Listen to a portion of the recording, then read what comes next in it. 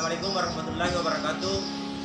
Kami dari mahasiswa Universitas Muhammadiyah Sujai, Fakultas Ilmu Sosial dan Ilmu Politik, Prodi Administrasi Publik. Kami dari kelompok 4 akan memaparkan materi tentang etika administrasi.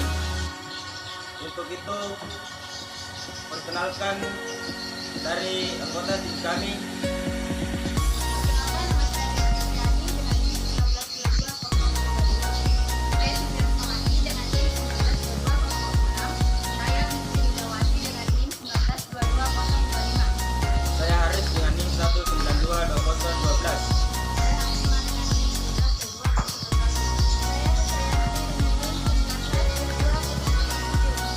Assalamualaikum warahmatullahi wabarakatuh. Perkenalkan, nama saya Haris dengan NIM 1922012, Prodi Administrasi Publik. Jadi pada kesempatan kali ini saya akan memaparkan materi berkait tentang etika dan moral. Kita ketahui bahwa etika adalah ilmu tentang tingkah laku manusia, prinsip-prinsip yang sistematisasi tentang tindakan moral yang betul. Etika juga merupakan satu cabang filsafat yang membahas moralitas, baik atau buruk pada perilaku manusia, serta benar atau salah pada tindakan manusia. Kemudian cabang filsafat metafisis, yaitu menyangkut keberadaan. Kemudian epistemologis, yaitu menyangkut pengetahuan yang membicarakan tentang sumber-sumber, karakteristik dan kebenaran pengetahuan. Kemudian metodologis, yaitu menyangkut metode atau cara yang digunakan untuk memperoleh kebenaran tergantung dari realitas yang sedang dikaji. Kemudian logis, yaitu menyangkut penalaran sehingga dapat menerapkan asas bernalar yang. Kemudian etis, yaitu menyangkut moralitas atau tingkah laku manusia dalam hubungannya baik atau buruk. Kemudian yang terakhir itu estetis, yaitu menyangkut keindahan yang dapat membedakan antara estetika, filsafat, dan ilmiah. Itulah tadi pemaparan materi dari saya berkait tentang etika dan moral. Selanjutnya saya persilakan untuk pemateri selanjutnya. Warahmatullahi wabarakatuh. Saya Titi Rahmawati dengan NIM 1922006 akan melanjutkan materi yang kedua, yaitu landasan teori. Adapun yang pertama ada moral. Moral berasal dari bahasa Latin, yaitu mores atau mos, yang artinya adat kebiasaan. Dalam bahasa Indonesia, moral diterjemahkan dalam arti susila. Moral adalah sesuai dengan ide-ide tentang tindakan manusia, mana yang baik dan wajar, sesuai dengan ukuran-ukuran tindakan yang umum diterima yang meliputi kesatuan sosial atau lingkungan tertentu. Pun yang kedua ada arti moral. Prinsip-prinsip benar atau salah, baik buruk tentang tingkah laku, karakter tentang benar atau salah dan baik atau buruk, tingkah laku yang baik, mulia, benar, suasana hati atau semangat yang menjunjung tinggi tugas, yakin akan kebenaran apa yang dilakukan. Yang ketiga ada tujuan atau guna moral. Yang pertama memberi pengarahan tingkah laku, yang kedua memberi pedoman tingkah laku, yang ketiga sebagai alat penilai tingkah laku, dan yang terakhir menunjukkan sanksi terhadap perbuatan. Materi yang sempat saya maparkan tentang landasan teori. Selanjutnya saya alihkan kepada pemateri ketiga. Terima kasih. Assalamualaikum warahmatullahi wabarakatuh. Saya atas nama Witri Widiawati, NIM 1922025. Saya akan memaparkan materi ketiga, yaitu teori atau aliran dalam etika. Yang pertama, empirical teori. Etika diturunkan dari pengalaman manusia dan persetujuan umum. Penilaian baik dan buruk tidak terlepas dari atau tidak terpisahkan dari fakta dan perbuatan yang dirasakan. Kedua, rasional teori. Baik dan buruk sangat tergantung dari reasoning atau alasan dan logika yang melatar belakangi suatu perbuatan, bukan pengalaman. Dalam konteks ini, setiap situasi dilihat sebagai sesuatu yang unik dan membutuhkan penerapan logika manusia dan memberikan kesimpulan yang unik pula tentang baik dan buruk. Tiga, intuitif teori. Etika tidak harus berasal dari pengalaman dan logika, tetapi dari manusia secara alamiah memiliki pemahaman tentang apa yang benar dan salah, apa yang baik dan apa yang buruk. Teori ini menggunakan hukum moral alamiah. 4. Revolution teori. Benar atau salah berasal dari kekuasaan di atas manusia, yaitu Tuhan. Apa yang dikatakan Tuhan dalam kitab suci menjadi rujukan utama untuk memutuskan apa yang benar dan apa yang salah. Tadi pemaparan dari materi ketiga, yaitu teori atau aliran dalam etika. Selanjutnya saya alihkan kepada pemateri keempat. Terima kasih. Perkenalkan, nama saya Arnima, NIM 192201. Saya akan memaparkan materi yang keempat, yaitu aliran etika atau pendekatan etika. Ada 6 aliran etika yang perlu kita pahami, yaitu yang pertama teologis, yaitu terkhusus pada tujuan yang terarah atau jelas. Yang kedua, deontologi dapat diartikan sebagai baik buruknya sesuatu pada dasarnya harus berdasarkan dengan agama. Yang ketiga, virtuetik dalam aliran etika dapat diartikan sebagai sesuatu akan dianggap bermoral jika mencapai suatu kebahagiaan yang sifatnya umum. Yang keempat, utilitarianisme dalam aliran etika adalah sesuatu yang baik yang pada dasarnya dapat mendatangkan sukacita ke relatif orang banyak dan sukacita ke sedikit orang.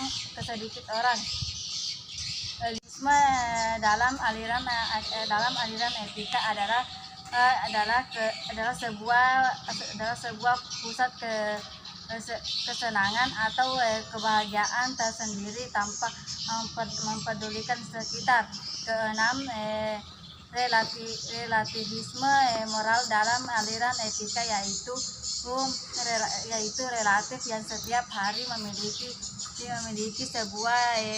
sebuah peningkatan, lebih tepatnya dapat dikatakan sebagai aliran relatif yang tidak jelas. Materi saya yang keempat, yaitu aliran etika atau pendekatan etika. Terima kasih. Assalamualaikum warahmatullahi wabarakatuh. Perkenalkan, nama saya Desi Fitriani dengan NIM 1922032. Saya akan melanjutkan materi terkait Pancasila sebagai nilai utama. Nilai adalah suatu hal yang berharga dan menunjukkan kualitas dan pastinya dapat berguna bagi masyarakat. Dan pada dasarnya, sebuah nilai dasar Pancasila tidak boleh berubah dan tidak boleh diubah. Adapun ciri-ciri nilai-nilai yaitu yang pertama, realitas, abstrak yang melekat pada diri atau dalam kehidupan sehari-hari. Yang kedua, bersifat normatif dan sebagai motivator bagi manusia. Selain ciri-ciri nilai, juga terdapat sebuah macam-macam nilai, yaitu sebagai berikut. Yang pertama, nilai logika, yang kedua, nilai estetika, dan yang ketiga, nilai etika. Sedangkan Pancasila sebagai sumber nilai yaitu nilai ketuhanan, nilai kemanusiaan, nilai persatuan, nilai kerakyatan, dan nilai keadilan. Nilai Pancasila sebagai sumber norma hukum didasari oleh sebagai berikut. Yang pertama yaitu Pancasila berkedudukan sebagai norma dasar. Yang kedua, Pancasila sebagai norma fundamental negara, dan yang terakhir adalah Pancasila sebagai sumber norma etik antara lain. Yang pertama, etika sosial budaya. Yang kedua, etika pemerintahan dan politik. Yang keempat, etika ekonomi, dan yang kelima, bisnis. Sementara itu, terdapat pula etika penegak hukum yang berkeadilan, etika keilmuan, dan disiplin kehidupan. Itulah materi yang dapat saya sampaikan. Sekian dan terima kasih. Assalamualaikum warahmatullahi wabarakatuh. Assalamualaikum warahmatullahi wabarakatuh. Saya atas nama Hasrianti, NIM 1922007. Saya akan melanjutkan materi ke-6, yaitu Kode Etik Aparatur Negara atau Pemerintah. Yaitu pengertian kode aparatur negara pemerintah. Etika dapat menentukan seorang dalam menentukan baik, buruk, dan benar, salah dalam bertindak. Bagian B, adapun etika dalam organisasi, yaitu etika individu, yaitu bentuk etika yang menyangkut kewajiban dan sikap manusia terhadap diri sendiri. Kedua, etika organisasi. Etika organisasi adalah suatu perilaku manusia dalam suatu organisasi yang lebih ke depan menentukan mengenai benar dan salah yaitu masalah etika dihadapi pernyataan yang lebih fundament seperti keadilan, kebenaran, dan tanggung jawab sosial. Ketiga, etika profesional adalah kode etik profesional adalah acuan perilaku perseorangan atau koperasi yang dianggap harus diikuti perilaku aktivitas profesional. Ketika kode etik aparatur pemerintah harus mengedepankan kaidah-kaidah atau moral yang menentukan pertanggungjawab secara etis. Bagian D, adapun peran kode etik yaitu pertama, setiap aparatur negara menggunakan sistem etik mampu disiplin kerja. Kedua, nilai bisa dijadikan acuan untuk menjalankan tugasnya. Ketiga, kode etik tidak membebankan sanksi hukum. Bagian E, adapun asas-asas kode etik administrasi, yaitu pertama, asas kepastian hukum. Asas kepastian hukum adalah memberikan kepastian hukum tersedianya tanah dalam proses pengadaan tanah untuk membangun dan memberikan jaminan kepada pihak yang berhak untuk mendapatkan ganti kerugian yang layak. Kedua, asas kecermatan adalah sebagai asas yang mengandung arti bahwa suatu keputusan dan atau tindakan harus didasarkan pada informasi dan dokumen yang lengkap. Ketiga, asas permainan yang layak. Asas ini penting dalam peradilan administrasi negara karena terdapat perbedaan kedudukan antara pihak pengungat dengan tegungat. Asas keseimbangan merupakan asas yang sangat mendasar dalam hukum perjanjian untuk mewujudkan keadilan. Kelima, asas ketetapan adalah suatu asas yang digunakan sebagai dasar acuan pendistribusian agar sesuai, terarah, dan terdapat dipertanggungjawabkan kebenarannya mengenai kesesuaian kondisi barang yang diterima. Pemaparan materi terakhir tentang kode etik aparatur negara atau pemerintah. Sekian dan terima kasih. Pemaparan materi dari kelompok kami tentang etika administrasi. Saya tutup dengan ucapan billahi fisabilil haq wastabiqul khairat. Assalamualaikum warahmatullahi wabarakatuh.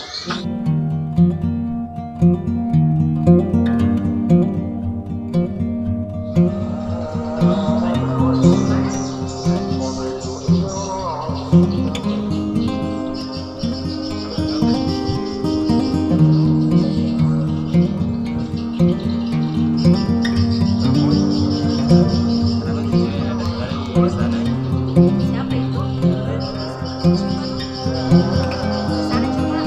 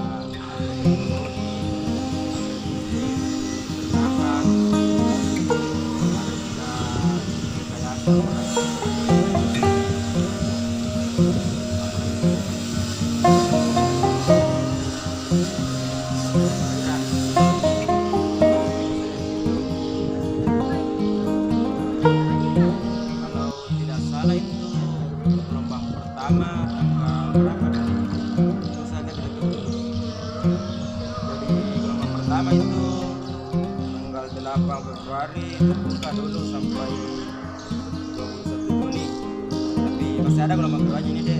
Gelombang kedua itu tanggal 1 Juli sampai 21 Agustus, jadi terbuka deh. Sana bagi saja di kampusnya kan dekat kita ada di sini.